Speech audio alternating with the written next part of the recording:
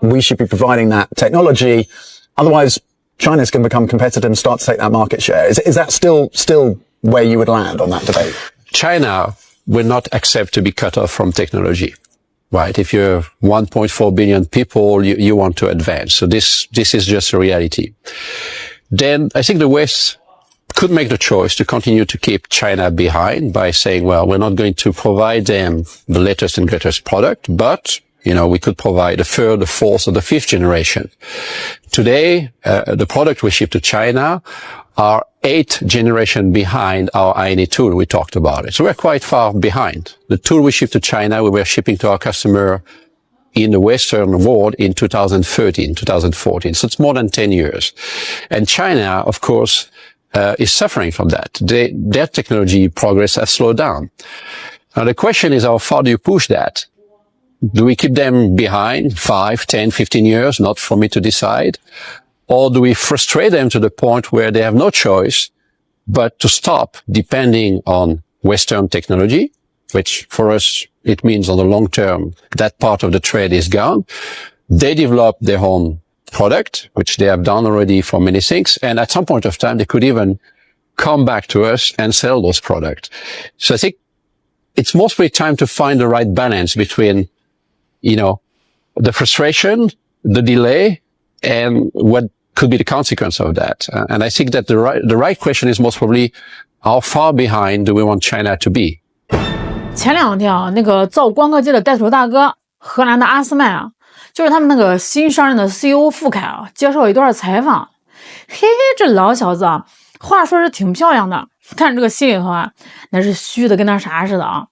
他说：“美国呀，你也别逼得太紧了，与其让这个中国完全自主独立啊，搞出自己的全套产业链，还不如让他们保持一种可控的依赖。”听听啊，大伙儿听听啊，这个话里有话呀。这乍一听吧，像是给咱们中国求情。哎呀，大哥，别打了，再打孩子就跑了。可是你细琢磨，这哪是求情啊？这分明是养寇自重。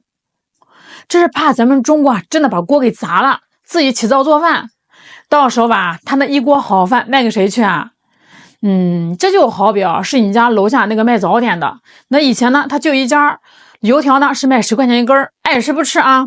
现在啊，看你自己买面粉要炸油条了，他就慌了呀，就跑过来说：“兄弟啊，你别自己炸了，你费那个劲儿干嘛呀？我5块钱卖给你，虽然是隔夜的凉油条，但是也能吃不是吗？”哎呦喂，这个小心思藏不住了啊！咱先不说那些虚头巴脑的战略，咱先算算钱。这个世上呢，只有错叫的名字，没有错算的账。这个阿斯曼他为什么这个时候跳出来喊话？是因为他心善？是因为他热爱和平？拉倒吧，是因为肉疼。你看那个公开数据啊，2024年阿斯麦在咱们中国的营收大概是800亿人民币，这是个什么概念啊？占它总营收的36%以上啊，有时候那个单个季度啊，那个占比能直接干到42%，这就意味着阿斯曼赚的每3块钱里啊，就有1块多是咱们中国给的。那咱们不是他的普通客户啊，咱们是他的衣食父母呀，是拿着金饭碗的 VIP 啊。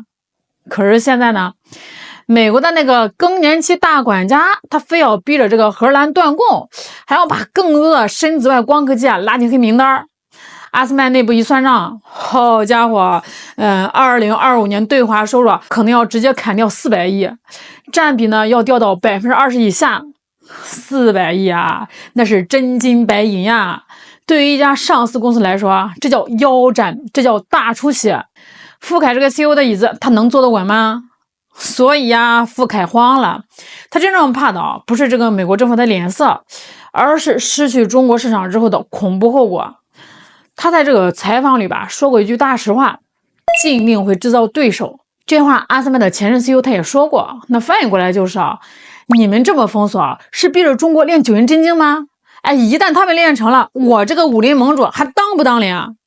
而且更让这个阿斯麦脊背发凉的是咱们中国企业的后手。这就要说到最近那个让西方媒体都炸锅的事了，长江存储，这个是个硬茬子呀。以前咱们这个企业面对制裁，那都是忍气吞声，求爹爹告奶奶。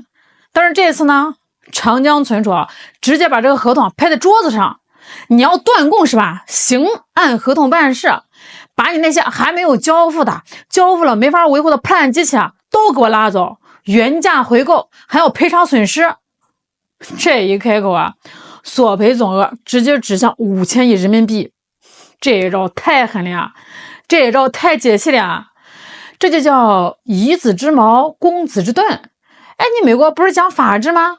你不是讲这个契约精神吗？那咱们就按这个合同法来，你违约你就得赔款，这才是傅凯坐不住的真正原因他发现了这个中国，它不再是那个只挨打不还手的小绵羊了，中国手里面它也有狼牙棒，而且这个狼牙棒正对着他脑门子比划呢。那咱们回过头来好好聊聊傅凯嘴里面那个可控依赖这个词儿吧，听着是挺高级的，挺学术的。其实这就是杀猪盘的话术。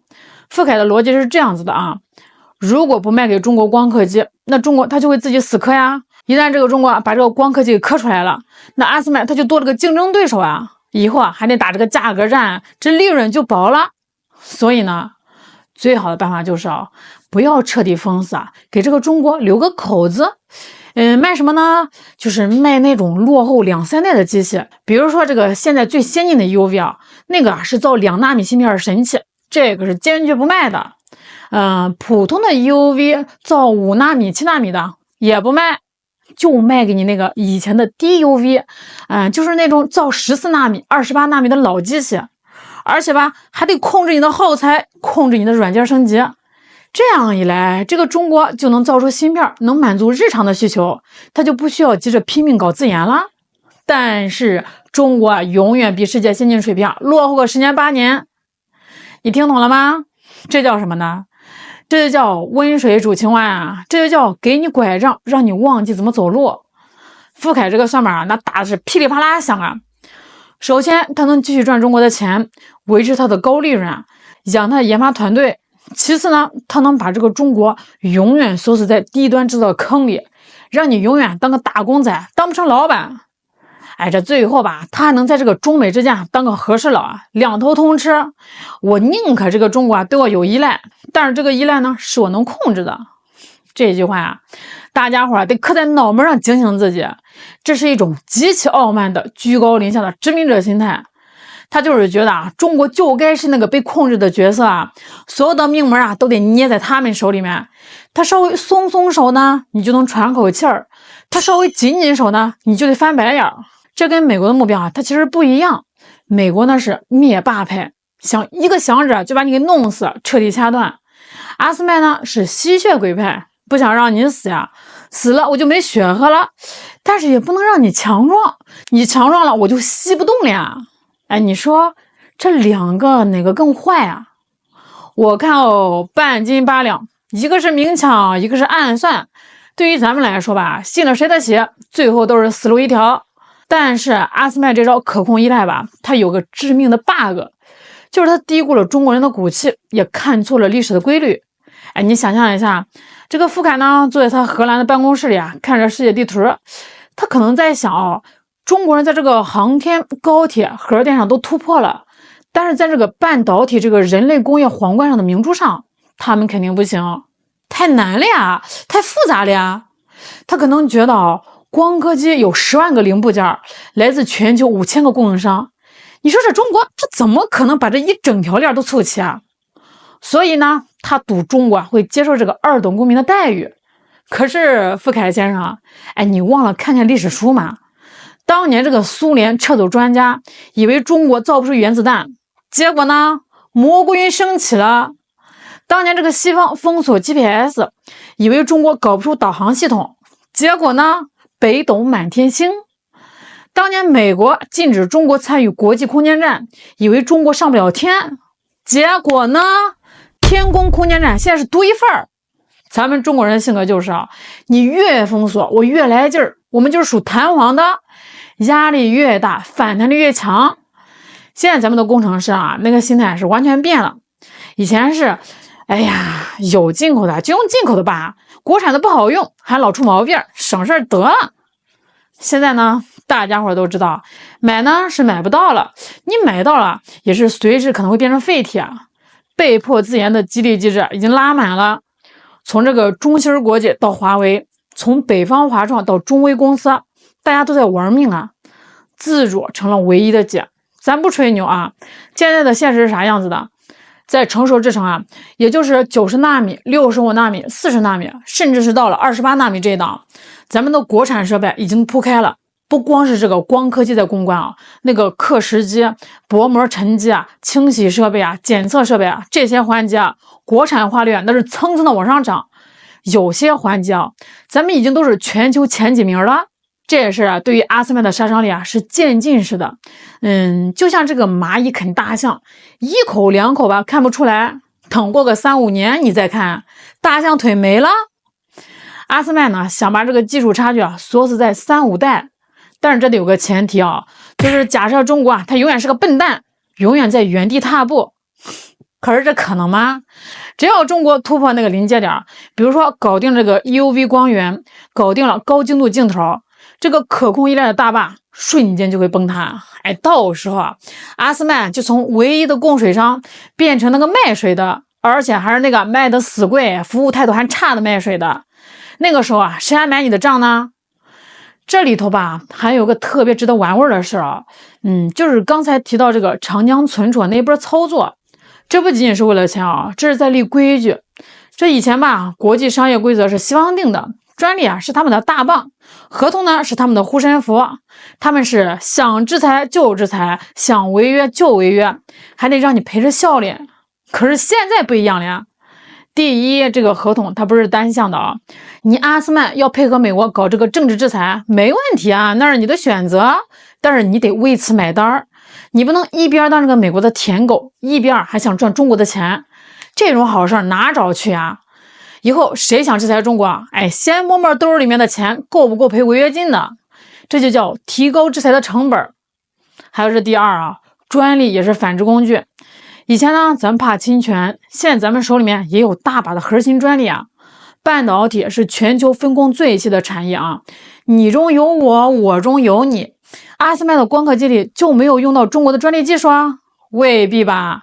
如果到了撕破脸的那一天，咱把这个专利库一翻，来个专利互毁，我看是你阿斯麦的损失大，还是我这个追赶者的损失大？这就叫光脚的不怕穿鞋的。这一步走出来啊，那是相当关键啊！这就意味着以后所有的跨国巨头啊，他们在做决定的时候啊，都得掂量掂量。为了讨好华盛顿，得罪北京，还要背上几千亿的法律风险，值不值呢？这就是傅凯感到恐惧的底层原因。与其让中国独立自主啊，不如继续可控依赖，这会是更好的选择吗？对于阿斯麦来说是，对于这个美国来说，可能是无奈的退步。但是对于中国来说，这绝不是我们的选择。短期我们可以暂时利用你的依赖来换取时间，来喘口气。但是长期来看啊，我们的目标只有一个，我们要做到让你再也没有资格坐在那儿高高在上的讨论要不要卡中国的脖子。咱们中国人什么时候怕过难？越是难，咱们走得越稳，走得越远。好啦，今天就跟大家聊到这儿啦，我是肖来，我们下期再见。